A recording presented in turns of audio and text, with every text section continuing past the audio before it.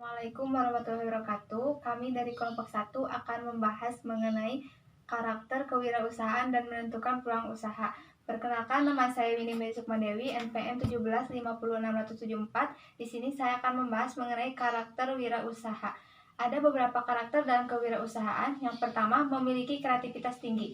Kreativitas adalah kemampuan untuk berpikir yang baru dan berbeda. Oleh karena itu, kewirausahaan adalah berpikir dan bertindak sesuatu yang baru atau berpikir sesuatu yang lama dengan cara-cara baru. Menurut Zimmer, dalam Santoso 2013 halaman 34, mengungkapkan bahwa ide-ide kreativitas sering muncul ketika wirausaha melihat sesuatu yang lama dan berpikir sesuatu yang baru dan berbeda. Oleh karena itu, kreativitas adalah menciptakan sesuatu dari yang asalnya tidak ada. Kedua, selalu komitmen dalam pekerjaan, memiliki etos kerja dan tanggung jawab. Jadi, seorang wirausaha harus memiliki jiwa komitmen dalam usahanya dan tekad yang bulat di dalam mencurahkan semua perhatiannya pada usaha yang akan digelutinya. Di dalam menjalankan usaha tersebut, seorang wirausaha yang sukses terus memiliki tekad yang menggebu-gebu dan menjala-jala.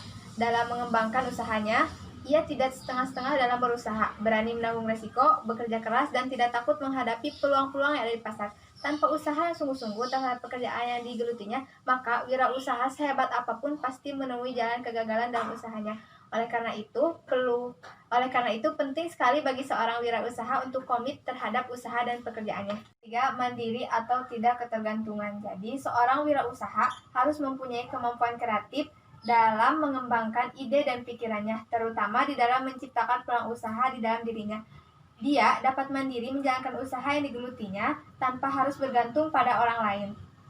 4. Berani menghadapi resiko.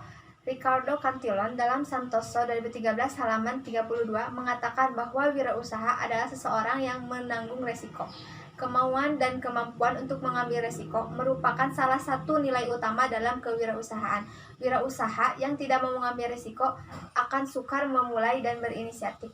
Kelima, motif berprestasi tinggi. Para ahli mengemukakan bahwa seseorang memiliki minat berwirausaha karena adanya motif tertentu, yaitu motif berprestasi. Motif berprestasi ialah suatu nilai sosial yang menekankan pada hasrat untuk mencapai yang terbaik guna mencapai kepuasan secara pribadi. Wirausaha yang memiliki motif berprestasi pada umumnya memiliki ciri-ciri sebagai berikut. Yang pertama, ingin mengatasi sendiri kesulitan dan persoalan-persoalan yang timbul pada dirinya. Yang kedua, selalu memerlukan umpan balik yang segera untuk melihat keberhasilan dan kegagalan. Yang ketiga, memiliki tanggung jawab persoalan yang tinggi. Yang keempat, berani menghadapi resiko dengan penuh pertimbangan. Dan yang kelima, menyukai tantangan dan melihat tantangan secara seimbang. Yang keenam, selalu perspektif. Seorang wirausahawan hendaknya seorang yang mampu menatap masa depan dengan lebih optimis, melihat ke depan dengan berpikir dan berusaha.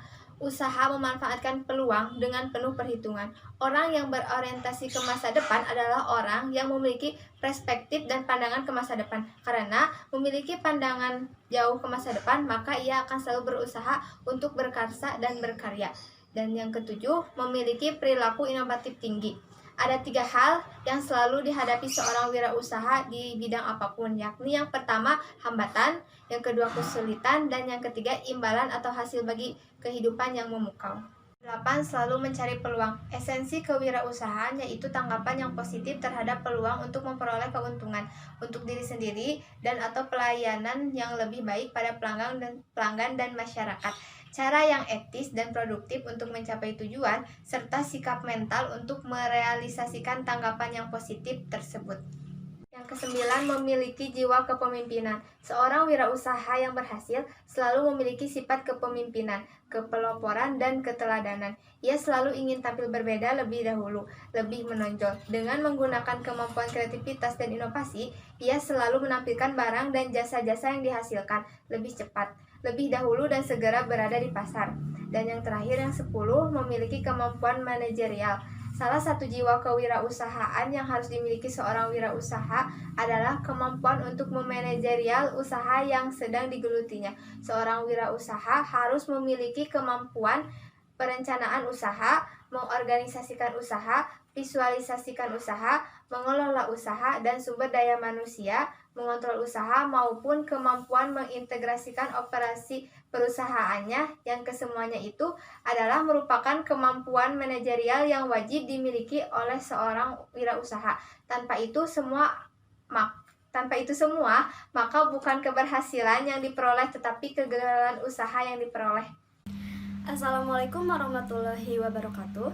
Perkenalkan, nama saya Siva Rizkika Fauzi, NPM 1750675. Di sini saya akan menjelaskan mengenai ciri watak kewirausahaan. Perilaku kewirausahaan memperlihatkan kemampuan pengusaha untuk melihat ke depan, berpikir dengan penuh perhitungan, mencari pilihan, dan berbagai alternatif masalah yang dihadapinya. Perilaku usaha kecil sudah memiliki sikap proaktif dan inisiatif yang bagus dalam mengembangkan usahanya. Misalnya, pengetahuan kewirausahaan, motif berprestasi, kemandirian pribadi, dan mempunyai daya dukung secara signifikan terhadap kemandirian usahanya. Nah, di sini terlihat tabel profit seorang wirausahaan menurut David 1996. Di sini ada karakteristik profil dan ciri wirausahaan yang menonjol. Yang pertama ada berprestasi tinggi. Nah, di sini maksudnya bahwa seorang wirausahaan ini ahli untuk memperoleh prestasi. Memperoleh prestasi dari mana? Dari segi apapun, dari luar ataupun dari dalam. Kemudian yang kedua, mengambil resiko. Mereka tidak takut mengambil resiko, akan tetapi menghindari resiko tinggi apabila dimungkinkan. Meskipun seorang wirausaha tidak takut mengambil resiko, tetapi mereka harus pintar mengetahui apakah ini akan beresiko besar atau kecil. Kemudian yang ketiga, pemecah masalah. Mereka dianggap mengenali dan memecahkan masalah yang dapat menghalangi kemampuannya mencapai tujuan. Jadi seorang wirausahaan itu mereka akan mampu memecahkan masalah jikalau ada sesuatu hal yang menghalangi tujuan wirausahanya. Yang keempat, mencari status. Mereka tidak memperkenankan kebutuhan terhadap status yang mengganggu misi usahanya. Dia sudah tahu bahwa jikalau ada seseorang yang mengganggu atau menghalangi misi usahanya, dia akan langsung bisa memecahkan masalah tersebut. Kemudian yang kelima, tingkat energi tinggi. Di sini maksudnya dedikasi dan workaholic demi wujudnya sukses seorang wirausaha. Jadi seorang wirausaha itu akan senantiasa selalu bekerja keras. Yang kelima, seorang wirausaha itu adalah percaya diri. Di mana tingkat confidence yang tinggi. Jadi seorang wirausaha itu mereka tidak pemalu, mereka tidak segan untuk mengambil sebuah keputusan. Jadi harus adanya rasa percaya diri dalam dirinya. Kemudian yang keenam, ikatan emosi. Seorang wirausaha akan senantiasa bisa memisahkan antara hubungan emosional dan karir. Seorang wirausaha harus membedakan antara emosional dan karir. Jadi berusaha untuk bersikap profesional dalam pekerjaannya. Kemudian yang terakhir, kepuasan pribadi. Maksudnya di sini menyukai kompleksitas tinggi dengan formalitas yang rendah. Jadi seorang wirausahaan itu memiliki kompleksitasnya tinggi tetapi formalitasnya yang rendah. Jadi mereka itu mempunyai kepuasan tersendiri bagaimana keputusan mereka yang diambil atau hal apapun yang mereka ambil, mereka memiliki kepuasan tersendiri. Warahmatullahi wabarakatuh. Nama saya Raisa Fitriani Putri, NPM 1750657. Saya di sini akan menjelaskan mengenai faktor-faktor kegagalan dalam wirausaha. Menurut Zaimar dalam Suryana tahun 2003 halaman 44-45, ada beberapa faktor yang menyebabkan wirausaha itu gagal. Yang pertama adalah tidak kompeten dalam manajerial.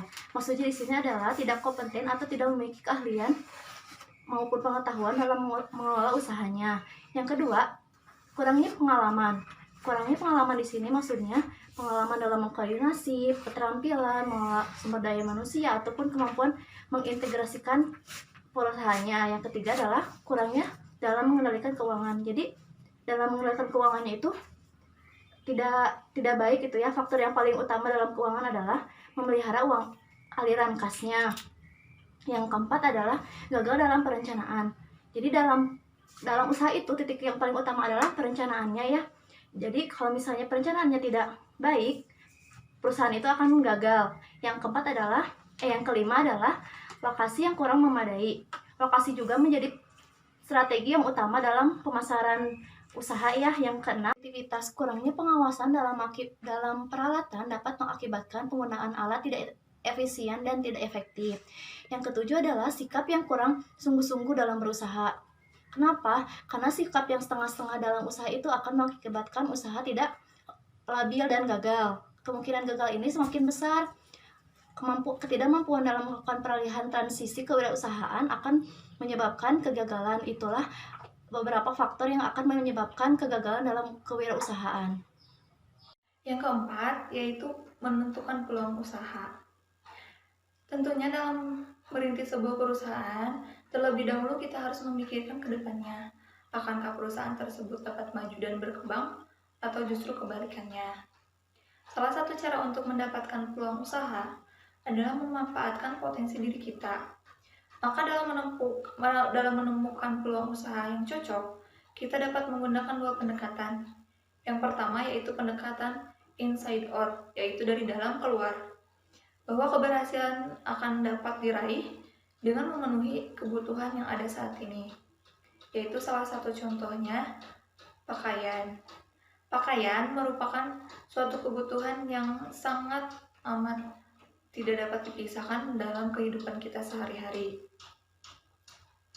Yang kedua yaitu pendekatan outside in, yaitu dari luar ke dalam. Keberhasilan akan dapat diraih dengan menciptakan kebutuhan. Salah satu contohnya yaitu handphone.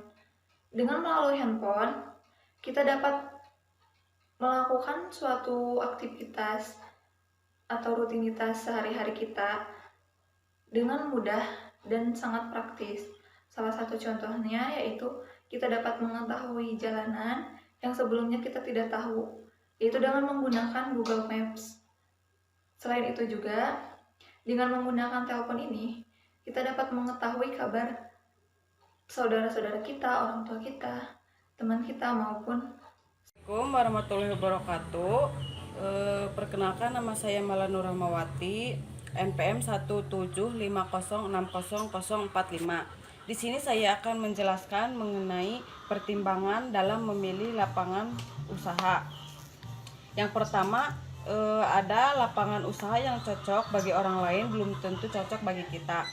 Yang kedua, lapangan usaha yang menguntungkan di masa lalu belum tentu menguntungkan di masa sekarang, dan lapangan usaha pada masa sekarang belum tentu menguntungkan di masa yang akan datang. Yang ketiga, lapangan usaha yang baik di suatu daerah belum tentu baik pula di daerah yang lain, begitupun sebaliknya. Yang keempat, berangkat dari pertimbangan-pertimbangan tersebut, kita perlu mengkaji tentang faktor internal dan eksternal, karena faktor internal dan eksternal di sini sangat penting bagi kita yang sedang memilih lapangan usaha.